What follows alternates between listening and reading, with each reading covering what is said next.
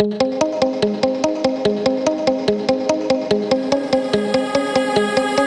find it interesting.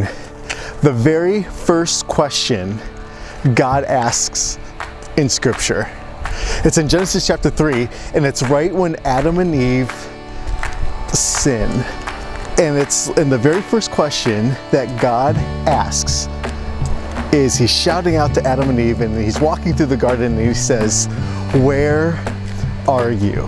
It's like Adam and Eve and God, it's like they were together in rhythm and in movement. They were together, and then they made this decision, broke the movement, and then they were separated. And Jesus doesn't like that separation, so he asks, "Where are you?" Seeking to come back, to bring that relationship back. It's like Adam and Eve and Jesus were dancing, but then they made a choice and broke the dance. So the first question he asks is, "Where are you? I want to let's come back together. Let's continue to dance." Now, let's fast forward. The very first question asked in the New Testament, it isn't asked by God, it's asked by man. And the first question recorded in the New Testament is, "Where is he?" It's like man is realizing we used to be together in rhythm and in movement. We used to be one. We used to dance together, but now, like, we're separate. And so man is seeking, right, to go after Jesus, and man is looking for Jesus. Let's continue this dance.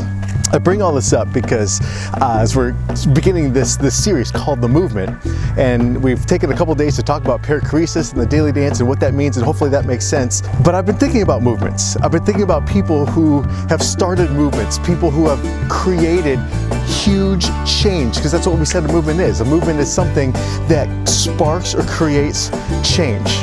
And as I've been thinking about this, one person that comes to mind is Billy Graham. Man, Billy Graham has done a ton for Christianity on the planet. One time I was reading, he actually spoke to 3.2 million people live. This isn't on TV, right? This isn't on the internet, like with monitors and stuff, but he actually spoke to 3.2 million people live. Billy Graham is an amazing person who has done a lot for change. But one thing that he has said, or one thing that he is quoted to have said, is he wishes he would have spent less time teaching and preaching Jesus and more time getting to know Jesus.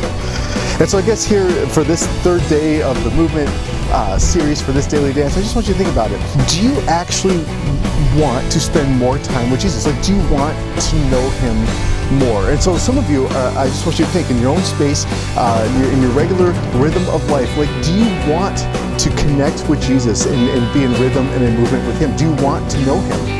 And so maybe that's you, and I think it's important that you recognize that. Or maybe you're not quite to that point yet, but you realize the importance of it, and so you want to get to know him. I think it's important at the very beginning of the year to realize, yeah, I actually need to make this a priority in my life. And maybe that's why you're watching the daily dance, like right now, because you realize that you do actually want to get to know Jesus. So let's realize that. But maybe you're not to that point. Maybe you're more at the point where, yeah, you know it's important to know Jesus, but honestly, like in your heart of hearts, if you're really honest, you don't really want to yet. And so maybe you're at the stage where you want to get to know him. But as we said yesterday, at the very beginning of Acts, it says that Jesus showed up in their life from time to time, proving that he was alive.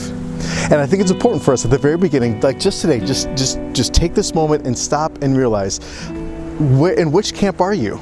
Are you in the camp where you're like Adam and Eve, and it's like, okay, the dance is broken, and is Jesus chasing after you? Is Jesus asking, where are you? And he's actually talking about you, and he's thinking about you. Like, where are you? Is that the stage where you are in getting to know Jesus? Or maybe you're in like the New Testament stage where it's like, no, I know Jesus is out there. I'm not in rhythm and in movement with him yet, but I want to get there. And so I'm actually seeking out after him. Do you want to know him? Or do you want to know him? Or are you like, yeah, I'm good. It's just kind of a casual thing. So just think about that today as we think about the movement and our walk and our dance with him.